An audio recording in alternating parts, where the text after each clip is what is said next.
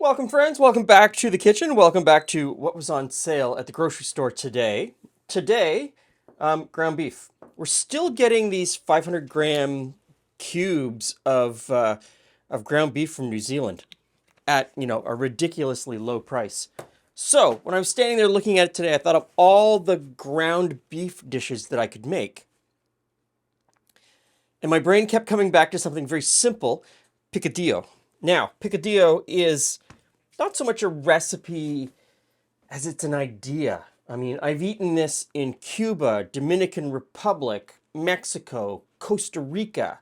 And in Mexico, I've eaten it in multiple places, and it's always different. It's always different. There's a commonality between them all. There's a ground meat, be it beef, pork, or chicken. Kind of depends on where I've eaten it. Sometimes there's a potato component, and today I'm going to put in a potato component. Sometimes it's served with rice. Sometimes it has rice in it. There's always a tomato and an onion, usually some kind of hot pepper, pretty much always cumin. Okay, the oil is hot, and let's put in the ground beef. I put oil in,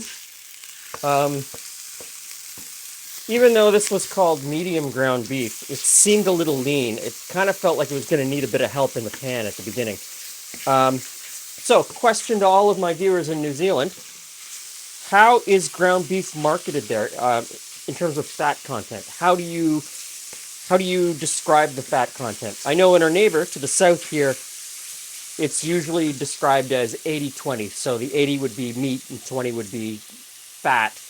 It's sort of those percentages. Here in Canada, it's medium, lean, or extra lean. I don't think I've ever seen anything fattier than medium. And sometimes the medium just does not have enough. Okay, I think that's brown enough, so I'll take it out.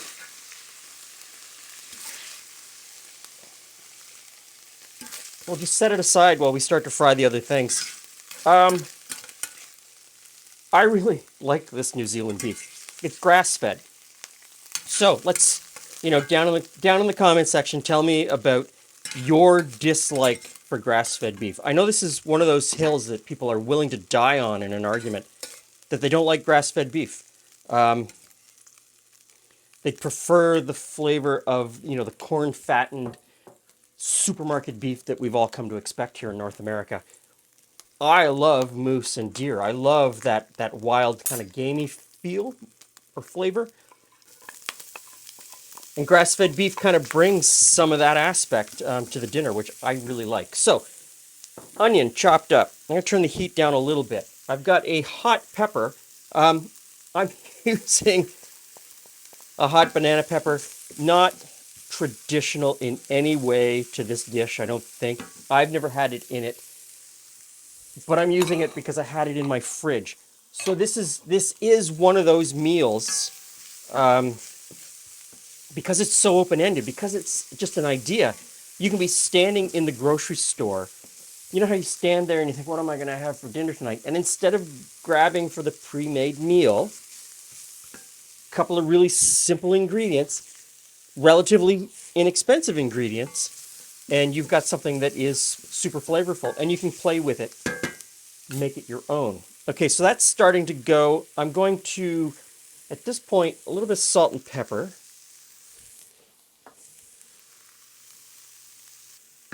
Just give that a bit of a stir, looking good. I'm going to throw in some cumin, ground cumin, and I'm going to squeeze in some garlic.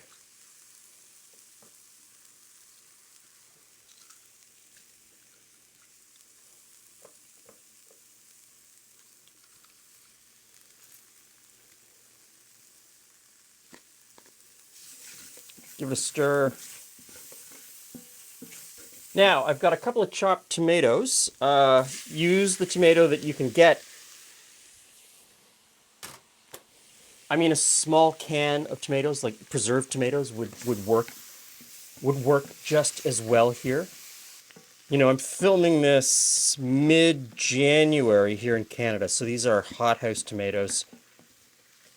They're not too bad. Not as good as summer tomatoes straight from my garden. So you just want to cook this until the onions have softened, that hot pepper has softened a little bit, and the tomatoes give up some of their juice. It is kind of great using the hothouse tomatoes because they do keep their shape when they've been cooked a while. So you will still have pops of red in there. Almost time to put the potatoes in and the beef, but I just want to check on the back counter here. I've got some Easter rolls for the old cookbook show. They're just about ready to go into the oven, so I've got to keep an eye on those while I'm keeping an eye on this.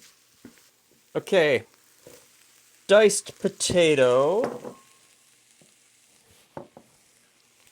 Put the beef back in at this point.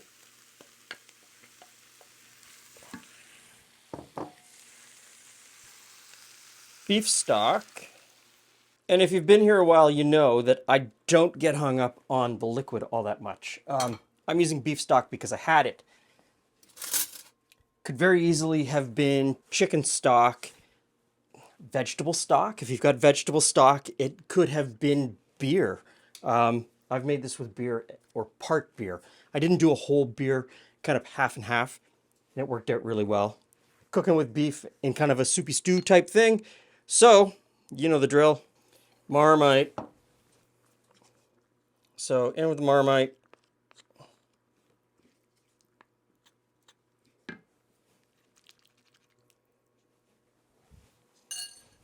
Give this a stir, just to kind of bring it all together.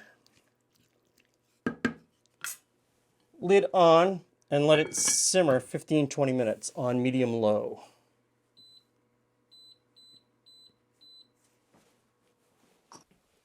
Okay, here we go. Hey, Jules. Hey, Glenn. Hey, friends. What have we got today? It looks like a stew of some sort. Picadillo. Picadillo. Picadillo, which literally just translates to like little bits or mince or little pieces or...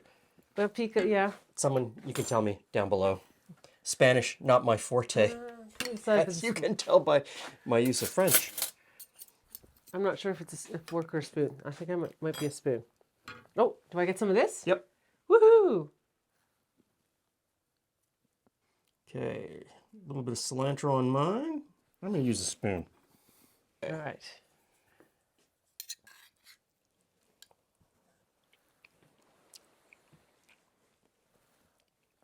That's like pure comfort. It's like it's a differently spiced version of that ground beef soup my mom used to make with the cabbage. I really like that. It's got a really full flavor to it, doesn't it? Mm-hmm. Now, there's no surprising I'd say I needs 30% more vegetables, but you know, I'm a little bit biased there. And you can totally do that. There's a whole bunch of stuff that you could put in there that would work with these flavors. It's a good base, though. At lunch. It's your lunch? That's my lunch for the next few days, yeah. Okay. So, I know, geographically, there's a huge variation in what ends up in a picadillo, depending on where you live, even where you lived on your street in comparison to the neighbors. Let me know down below what you put in yours. Yeah, I'd be curious if it's the same base and just kind of a slightly different, or is it completely different?